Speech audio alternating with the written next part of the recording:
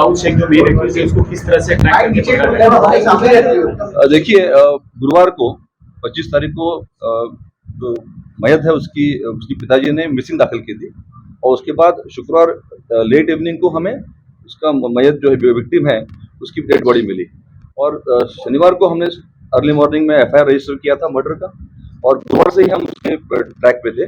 तो जो कुछ हमें इंट्रोगेशन उनके रिलेटिव्स, फ्रेंड्स, लोकल लाइट जो दे रहे थे और भी टेक्निकल इनपुट से हम जो मिल रहा था उसके आधार पर हमने करीब करीब 8 टीम डीसीपी जोन 2 और डीसीपी क्राइम साहब के और सीपी साहब के अंडर हमने बनाई थी, उनके गाइडेंस में काम कर रहे थे।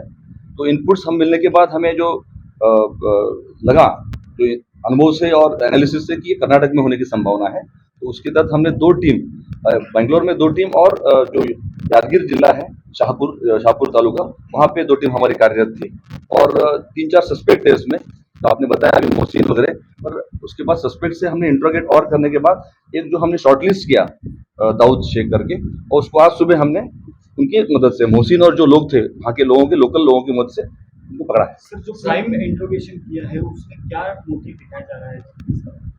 तो प्राइमरी में उसने सिर्फ एक्सेप्ट किया है, बहुत डिटेल बता नहीं पाए क्योंकि हम लोकल हम कर्नाटका से लोकल पुलिस से कोऑर्डिनेशन कर रहे हैं, अरेस्ट प्रोसेस शुरू है तो पूरा इंट्रोगेशन हम कर नहीं पाए।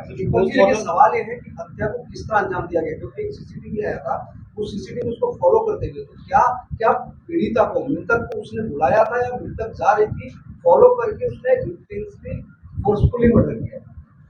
इसमें जो मयत है और जो एक्यूज सामने आए हैं दोनों एक दूसरे को पहचानते थे और जो इन्वेस्टिगेशन जो हुआ है उसके आधार पर मैं ये कह पाऊंगा कि वो दोनों एक जगह मिलना चाहते थे और उसमें फिर कुछ बातचीत हुई और उसके बाद ये घटना घटी है। अच्छा, आरोपी के ऊपर पोक्सो का केस दर्ज था इसके पहले, क्या उसने रिवेंज लिया है?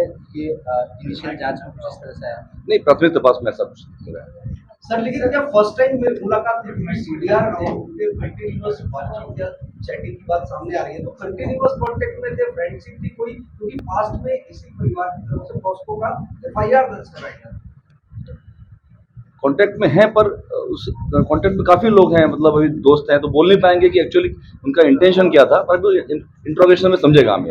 सर, पीड़िता का चेहरा बुरी तरह से खराब मिला था। अब जब पीड़िता का शव मिला था, क्या इसमें नजर आ रहा है, क्या आरोपी का ये किया धरा है उसकी आइडेंटिटी छुपाने के लिए या फिर किसी और वजह से पीड़िता का चेहरा इस तरह से? नहीं, जो अब तक इन्वेस्टिगेशन सामने आया है, पीएम करने जो डॉक्टर है उनसे भी हमने बातचीत की है आयो ने, तो जो मेन कॉज ऑफ डेथ है वो है स्टैबिंग और जो चेहरे की बात आप कर रहे हैं में शंका है कि वो हो सकता है कि जंगली जो प्राणी होते हैं जो कुत्ते वगैरह होते हैं तो होने की संभावना है।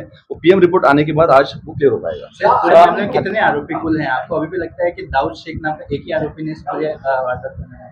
देखिए, सस्पेक्ट तो हमारे पास 2-3 थे, मोहसिन वगैरह लग रहे थे हमें, पर जब वहाँ जाके हमने टीम ने इंट्रोगेट किया, इन्वेस्टिगेट किया तो लोकल जो सस्पेक्ट थे उन्होंने हमें बाद में जो आरोपी पकड़ा है उसको पकड़ने में मदद की है। तो अभी तक जो लगा है कि एक ही आरोपी इसमें। सर, पोस्टमार्टम रिपोर्ट में क्या चीज बताई गई है, क्योंकि जो स्टैबिंग हुई है पीठ पर या पेट पर, उसके अलावा भी कहीं बॉडी पर कोई इंजरी के निशान, कोई और चोट के निशान मालूम पड़े?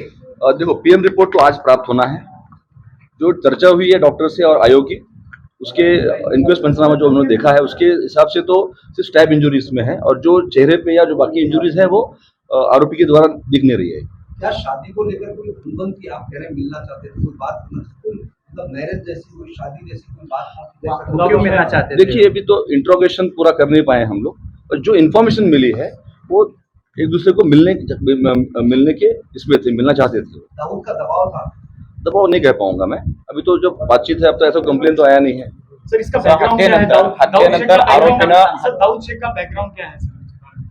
देखिए, वो पहले उरन में रहा है काफी दिन, उसके बाद जो पॉस्को दाखिल हुआ उसके बाद वो कोरोना के दरमियान वो कर्नाटक चला गया और वहाँ ड्राइवर करके वो काम करता था। एकदम कंपनी चेंज की है उसने, वो पूरा डिटेल हम ले रहे हैं उसके बारे में। हत्येनंतर पीडितेचा मोबाईल सुद्धा आरोपीने स्वतःच्या सोबत नेला होता का? मोबाईल